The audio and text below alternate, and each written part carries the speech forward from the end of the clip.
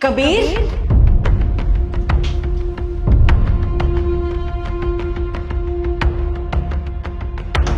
आओ। अरे कबीर कहाँ चला गया? तुम लोग यहाँ रुको बेटा, मैं भी आती हूँ।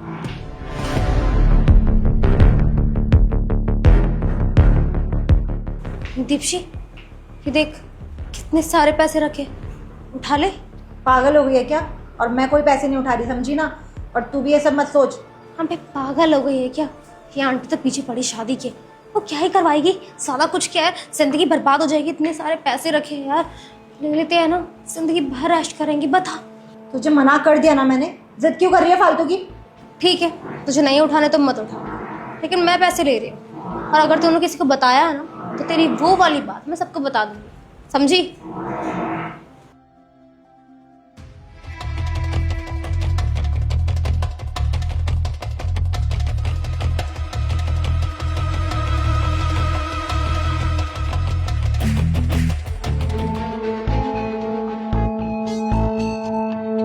कबीर, कबीर, पता नहीं कहाँ गया है। अरे मम्मी, आप आ गए? कबीर, तू यहाँ खड़ा है और मैं ना जाने तुझे कहाँ कहाँ ढूंढ रही। ये देखना मैं किसको साथ लेके आई हूँ। ये है शोभा आंटी की बेटी और ये है अंजू आंटी की बेटी। अब तुझे डिसाइड करना है कि तुझे इन दोनों में से किसके साथ शादी करनी है। वैसे मैं तो कहूँगी कि तू शोभा आंटी की बेटी के साथ शादी कर ले, क्योंकि मैं इसे अच्छी तरह जानती हूँ बचपन से ही। अरे मम्मी, ये तो बहुत ईजी है और इसमें कोई इतना बड़ा डिसीजन नहीं है। मुझे दीप्शी पसंद है, मुझे उससे शादी करनी है।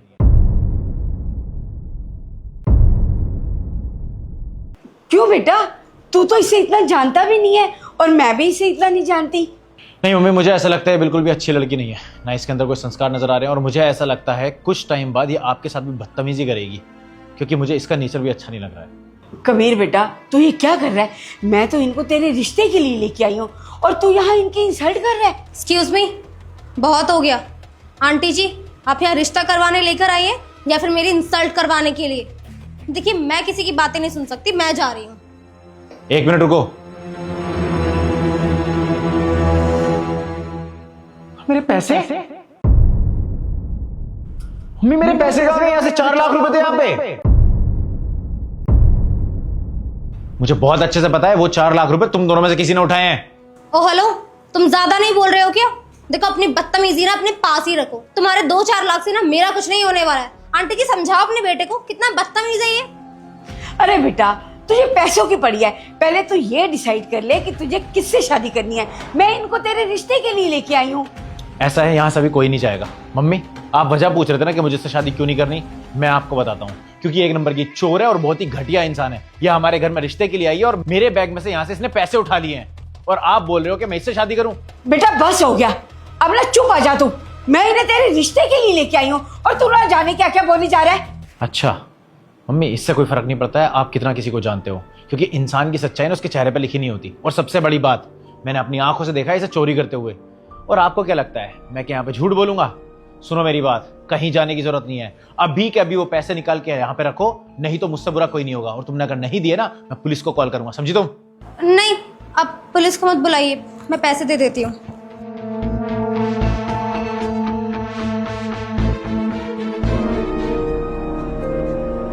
तुम्हारे पास इतने सारे पैसे हैं और मुझे पैसे वाला ही हस्बैंड चाहिए, लेकिन मुझे ये बात समझ नहीं आ रही कि तुम्हारे पास इतना पैसा आया कहाँ से? मैं पैसे कैसे कमाता हूँ?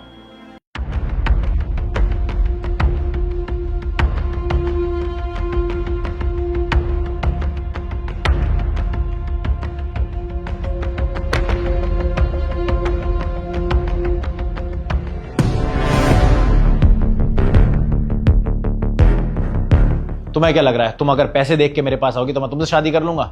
मैं दीप्ति से शादी करूंगा। तुम्हें इससे तो बिल्कुल भी शादी नहीं करनी चाहिए। अगर तुम्हें इसकी सीक्रेट वाली बात पता चल गई ना, तो तुम उसकी शक्ल देखोगे भी नहीं, समझे?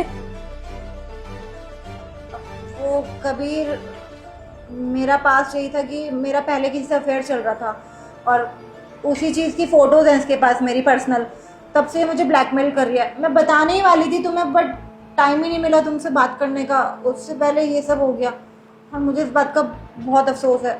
तुम्हें अफसोस करने की कोई जरूरत नहीं है। कम से कम तुम्हारे अंदर इतनी ऑनेस्टी तो है कि तुमने ये सोचा जब मुझसे बात करोगी मुझे सब कुछ सच सच बता दोगी।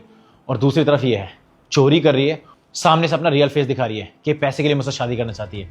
मैं तुमसे शादी नहीं करना चाहता। और हाँ, ये तो हमारी शराफत है कि इतना सब कुछ होने के बाद भी तुम्हें कुछ नहीं कर रहे हैं, नहीं तो पुलिस बुला के तुम्हें सलाखों के पीछे डलवा देते। समझी तुम? हाँ ठीक है, अगर तुम्हें ऐसे इंसान के साथ रहना है तो खुशी से रहो, मैं यहाँ से जा रही हूँ। वैसे भी मेरे पेरेंट्स ना मुझे प्रेशराइज कर रहे थे तुमसे शादी करने के लिए, मुझे कोई भी इंटरेस्ट नहीं है। और तुम दोनों एक दूसरे से शादी करोगे ना तो लूजर ही रहोगे। आंटी जी, मुझे शादी में कोई इंटरेस्ट नहीं है। नमस्ते।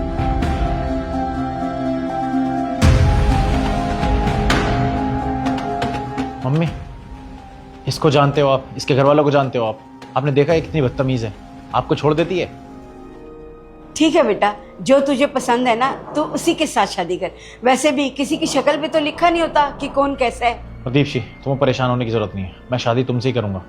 हमें साथ में टाइम स्पेंड करना चाहिए।